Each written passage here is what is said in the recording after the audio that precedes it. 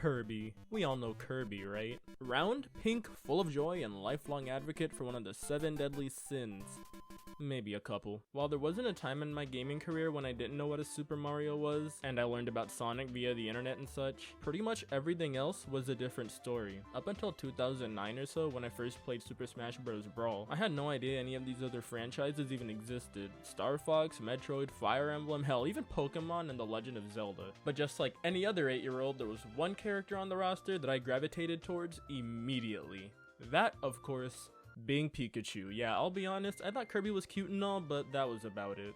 Then one day, way later down the line, I ended up at this game store and saw Kirby Squeak Squad on the shelf. I recognized the character on the cover from Smash and thought, sure, why not? Hey mom, I want that. Since then, the number of Kirby games I have under my belt's gone from 1 to like 5.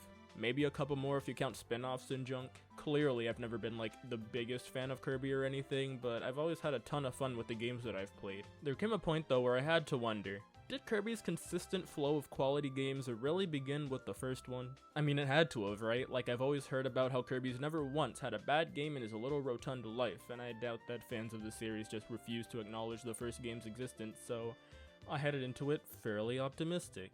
Kirby's Dream Land was developed with accessibility in mind, quote, a game that anyone could enjoy. Kirby, the character, started out as a placeholder until a more detailed protagonist was created, but the creative force behind the game, newcomer Masahiro Sakurai, became fond of the simplistic design they already had and kept it. This character was known as Popopo for the majority of the game's development cycle before eventually being renamed Kirby. From what I can gather, the name was apparently chosen in honor of John Kirby, the guy who defended Nintendo in a lawsuit over whether or not Donkey Kong was too derivative of King Kong. Imagine if he had a different last name. Of course, we all know Kirby as pink, that was Sakurai's original vision for the character, but Shigeru Miyamoto wanted Kirby to be yellow. Nintendo of Japan decided that Kirby would be pink, and Kirby's Dream Land was released in Japan in April of 1992 for the Game Boy. However, in the time between then and the game's international release in August of that year, Nintendo of America couldn't clear up the confusion over what Kirby's color was supposed to be, so they said fuck it and made him white. On everything, the box art, the manual, even the commercials.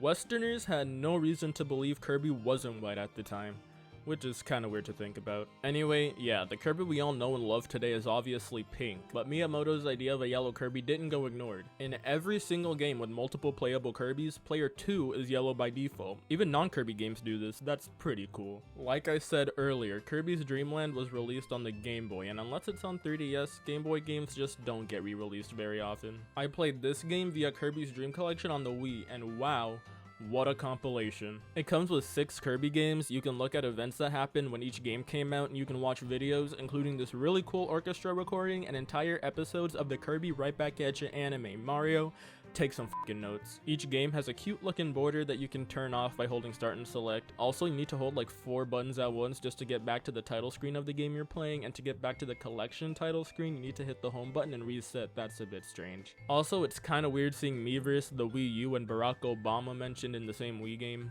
Whatever, why don't we get started with Kirby's Dream Land?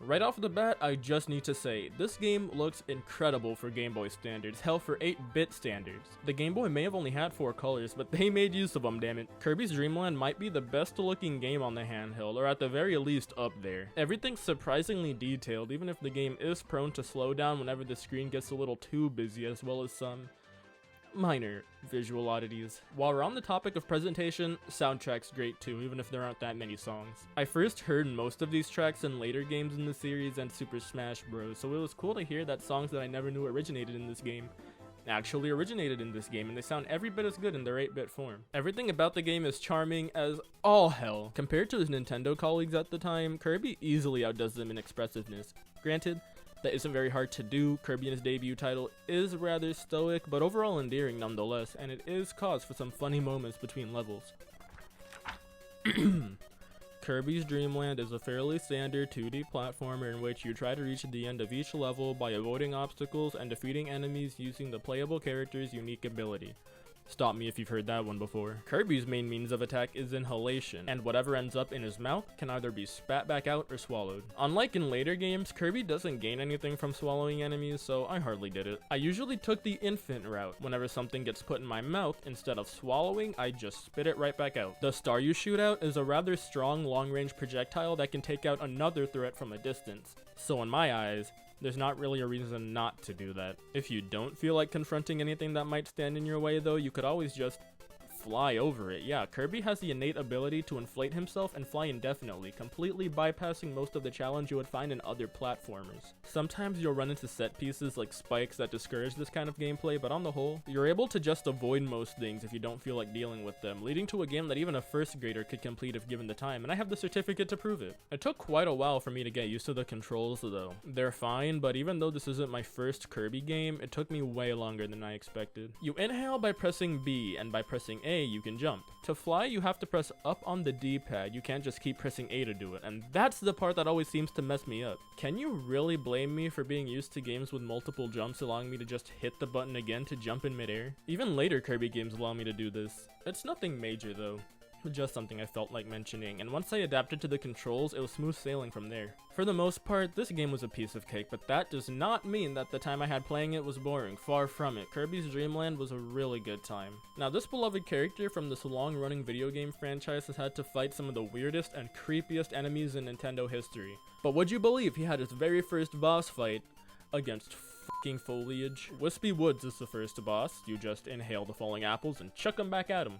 It's pretty simple, but come on Kirby, just walk around the son of a bitch. What's he gonna do? Lololo and Lololo, two cute little spheres that look pretty much exactly like each other and actually predate Kirby by about 7 years. If you paid attention to the preceding mid-boss, this should be fairly straightforward. Okay, in the middle of a level, you'll fight a mid-boss, and at the end, an end-level boss. With me so far? The game teaches you how to fight the end-level boss by making the mid-boss a diet version of it, so to speak, which is smart and something a surprising amount of games don't do. Kabula, my favorite boss because it turns Kirby into a shoot 'em up, but also my least favorite because I'm fucking bad at shoot 'em ups. This boss utilizes the Mint Leaf, one of about 3 power-ups in the whole game. The Mint Leaf, giving Kirby the ability to spew out tufts of air as projectiles, something he's always been able to do, but this time farther and faster. The Spicy Food acting pretty similarly to the Mint Leaf, but now at shorter range and on the ground. And a Microphone, pretty much the precursor to the mic copy ability in later games, acting as a screen nuke as Kirby sings his little heart out.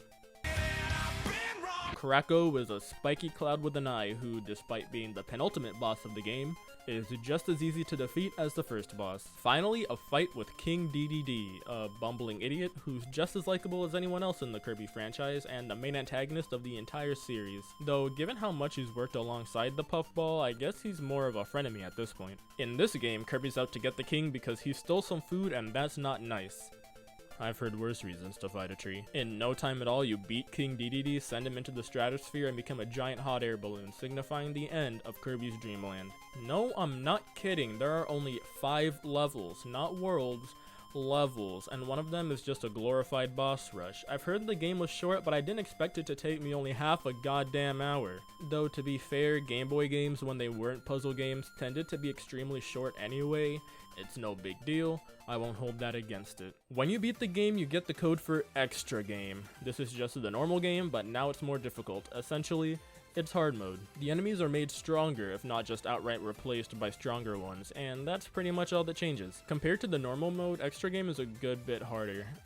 A lot harder, actually, but this is Kirby we're talking about. The bar isn't exactly high. This is far from impossible, especially since if you game over, you're just sent to the beginning of the level, except in the case of the final boss, where you can retry as many times as you want. It's a decent way to get more game time out of Dreamland, I find.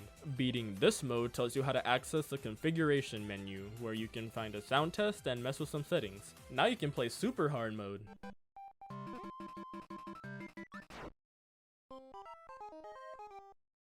By the way, you don't actually need to beat the game to access hard mode or the configuration menu. As long as you know the code, which is very easy to find. Look, here it is, you're welcome, you can do whatever you want. And that's Kirby's Dream Land. Overall, a pleasant experience, but come on, it's Kirby. That's like saying, yeah, Love Water, big fan. This is just a feel-good game, something that you can just boot up and have a good time with, and honestly, it's the little things for me. These enemies are so cute. These level intros are so cute. This continue screen is so cute. This might be the first time I've actually been happy to have game overed in a video game because it actually made me laugh, and a game that can turn a game over into something positive is a keeper for sure. Kirby's Dream Land, through its easily digestible level design and lovely presentation, made me feel like a kid again, and that's something I'll always value.